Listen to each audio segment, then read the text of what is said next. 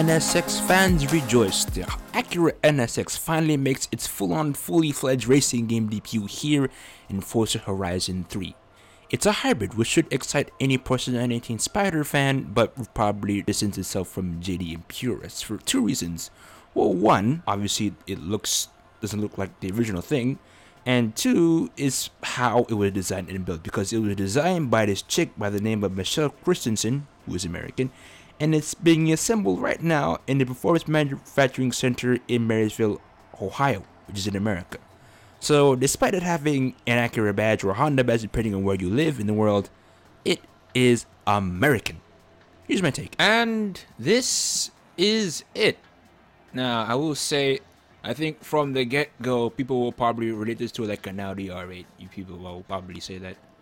I mean, to be honest, you could probably fit like a carbon fiber, I don't know what they call those things, shards or whatever, a blade, carbon fiber blade, like right over here, and it still looks like an R8. But overall, I think it looks good. But that does worry me because, I mean, personally, I think it looks good. But what if you were to compare it to the old NSX? This is the old NSX. And, well, yeah, old NSX, but it has the VIP, whatever it is on it. But still, it is the old NSX. Now, obviously, those of you looking at this, you'd be like, this is everything. I get where you're coming from because, to be honest, you're like me, you're a 90s kid, you love how this thing looks. And to be fair, during the era of when Senna was alive, I mean, this thing was widely popular.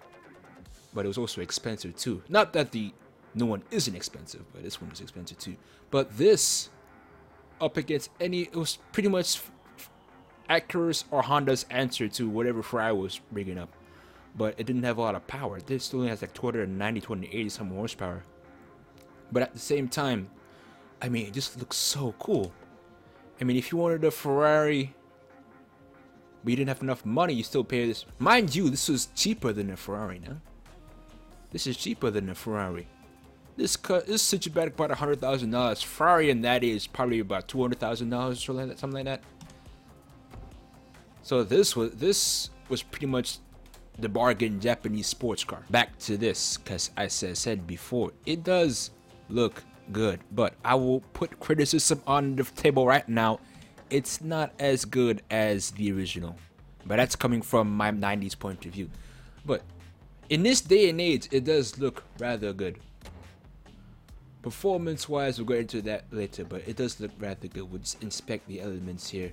So I should correct the people over at Turn 10. They said this thing has 650 horsepower. Wrong. It has 572. It has 3 electric motors. I think. Oh, 2. There's 3 or 2. I think there's. No. Regera has 3. This has 2. 1 in the front and 1 in the back. Actually one majorly in the front just to propel the all-wheel drive. So the interior here, it looks very, very Honda-ish. Not to diss it, but well, quality-wise, it's based on your opinion. But I've seen cleaner things on my $50,000 C-Class.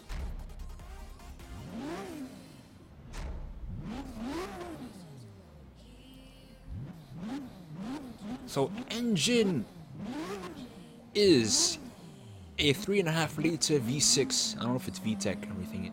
I know the old one is VTEC and that sounds so awesome. This new one I think is no variable in it, so it doesn't sound throaty. So it's like a regular V6 from like your run-of-the-mill GTR or Nissan 370Z. Well, it revs high. It revs about 8,000, so that's alright.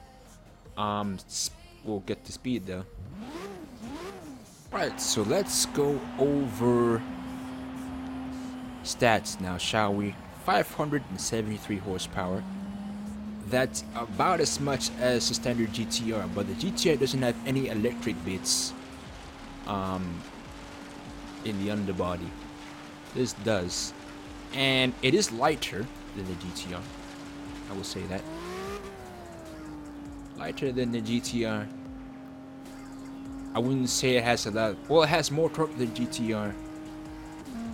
but at the same time the GTR can do 200. This supposedly, according to most reports, can do only 191, which is a bit low for a mid-engine sports car with up to 580 horsepower. Now this engine does have 2 turbos in it, which is why you can hear the engine spooling there. And what's also remarkable is the transmission.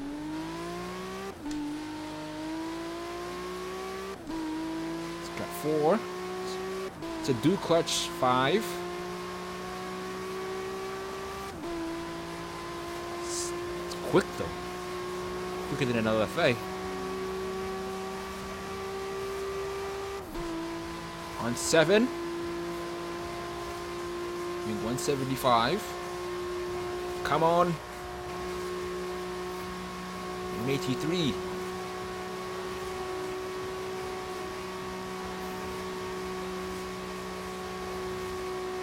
186.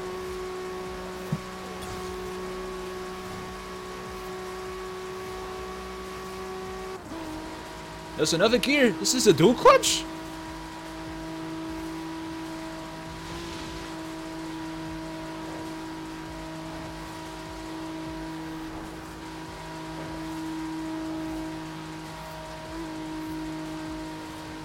This is a dual clutch?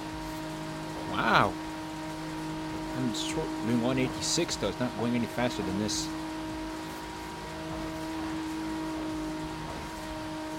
Come on! No, that's not going to work. It's a 9th gear. Wow. So this thing has 9 gears from a dual clutch. That's the most I've ever seen in any car with a dual clutch transmission. It's incredible. And it's doing 180. I feel that this thing has most of the power at 7th gear. If I go to 8th gear, I'm going to be stuck there. I'm not even going to get enough torque out of the engine. But then again, this path up here is mostly uphill, so it's not going to work at all.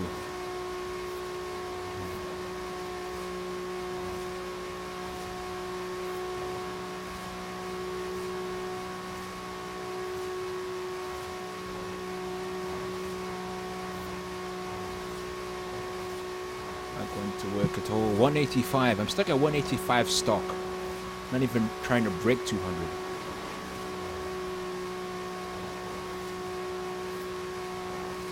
Yeah, I'm stuck at 185, man.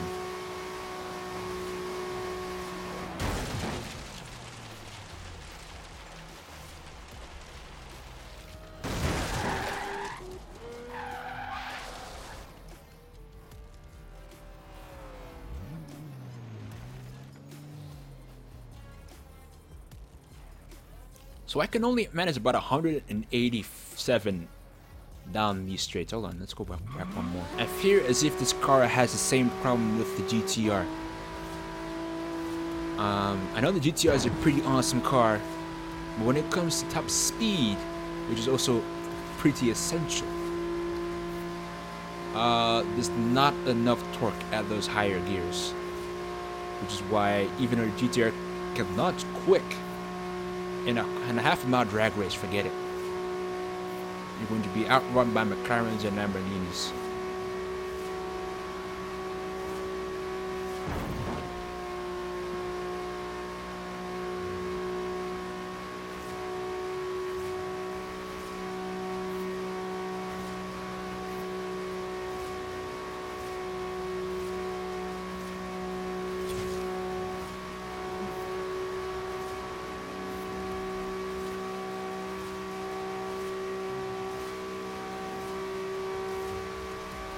$193, 2.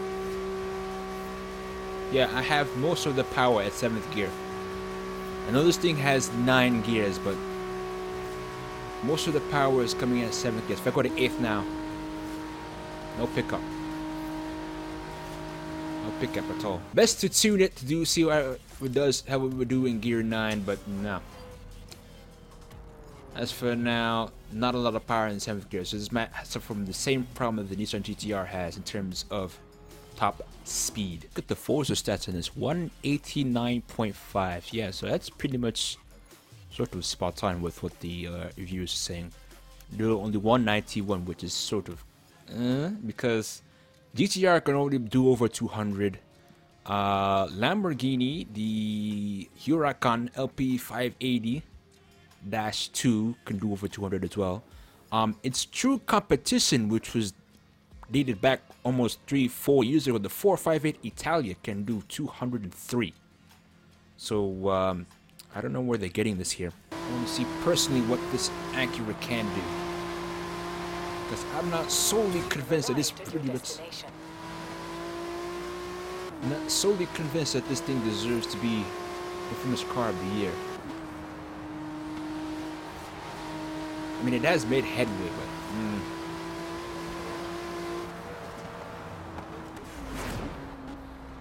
let's see if I can reach these jumbo wombas. Let's see now, there's 4 GTs ahead of me. Ow!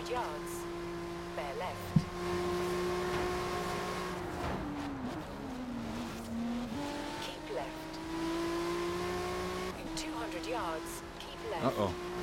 Come on now. Oh, see, my only disadvantage here is that it has so much more power than I do.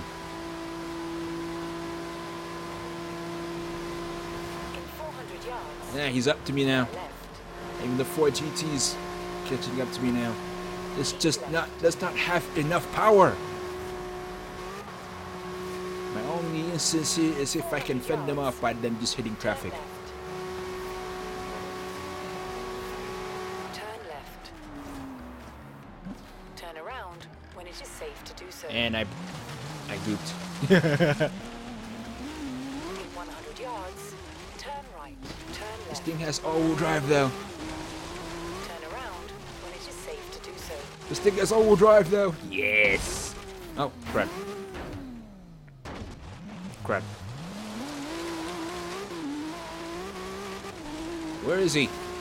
My map's not open. Cool, I win.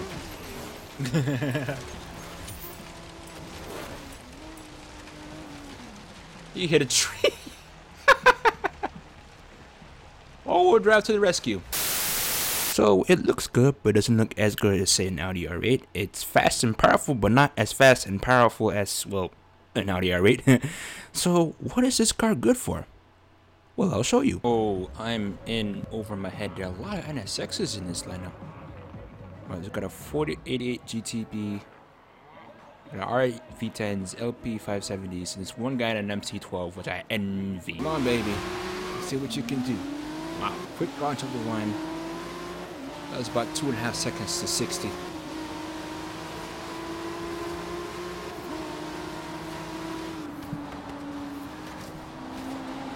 Okay, grip that line there, boy. This way too. Okay, just gripping this, but it feels a bit heavier, a bit on the heavy side. That's right, he's in back. Extra grip there and launch there. I have to wait till it straightens out to hop back on the throttle. 430 still in first. Couple of Acuras in second and third. And Lamborghini in fourth, and this Mazda right in front of me. Just be able to power through here. Audi right now up my chuff. Oh, people, move, move.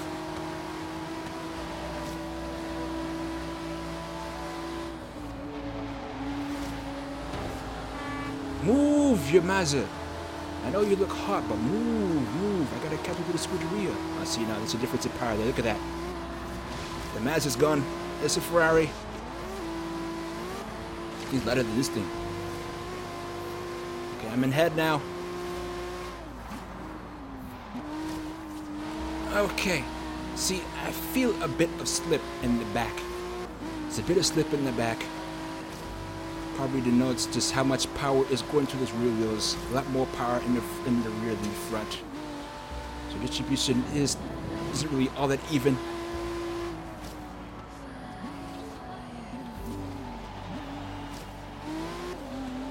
can hop back on the power easily and more early than the other rear drive cars without any complaints. I think I'm almost done. I'm done. There we go. Not bad. Not bad. All-wheel drive system works differently, but not bad at all. So there you have it. Pristine grip and excellent launching power make this car all the bit amazing. But I think we can agree that even though this car is amazing, repeat that word, it doesn't have the nostalgia, the eccentric beauty, and the sheer driving pleasure of an old NSX.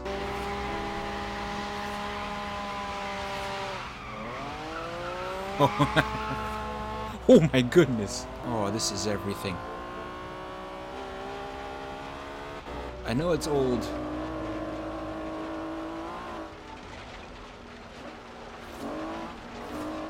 I know it's old. I know it never. Even though it did do better with the. It can do better with the Ferrari. It's not as good as a Ferrari. I know it's old. I know people might overlook it, but this is just everything. This car is just everything.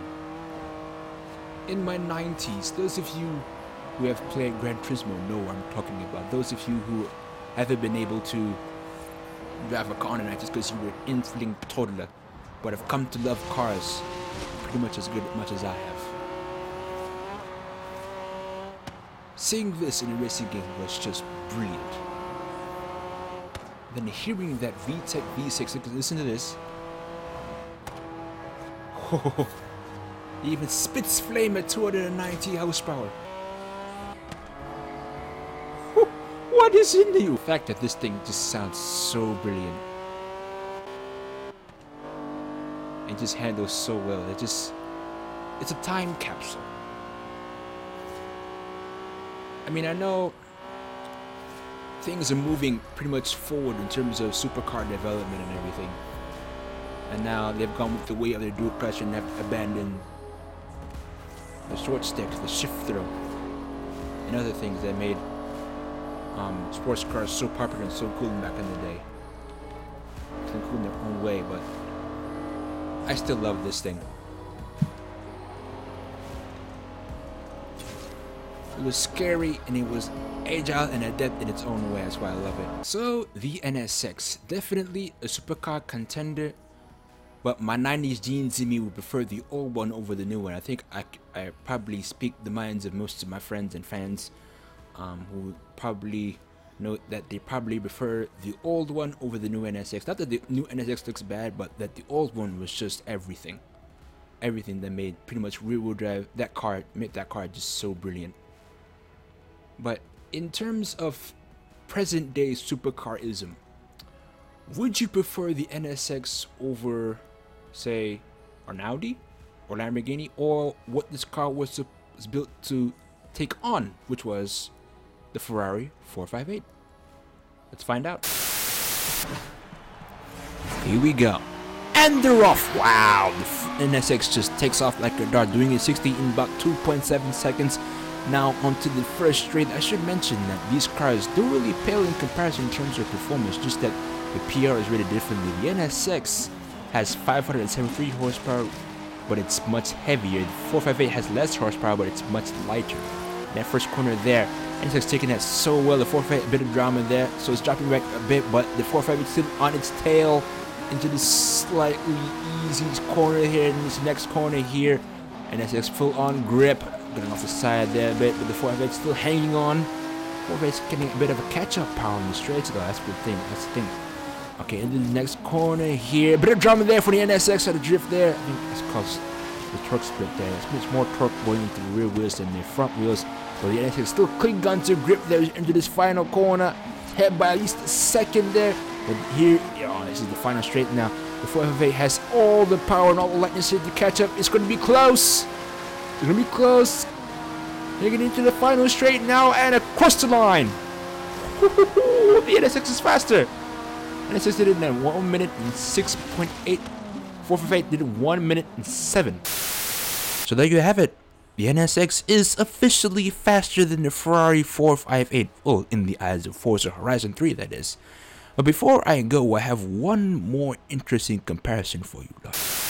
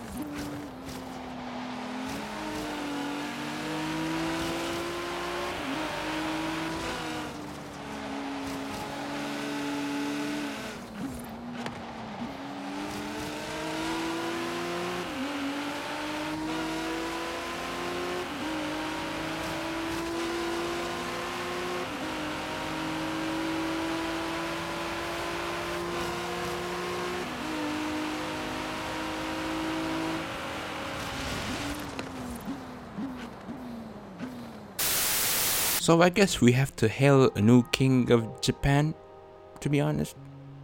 Well, to be frank, the NSX is designed here. Well, I should go back further because the concept NSX was designed by Toshinobu Minami, who is Japanese.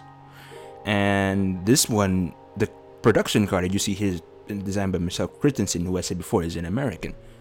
So I don't know where to go. It is confusing. It's confusing.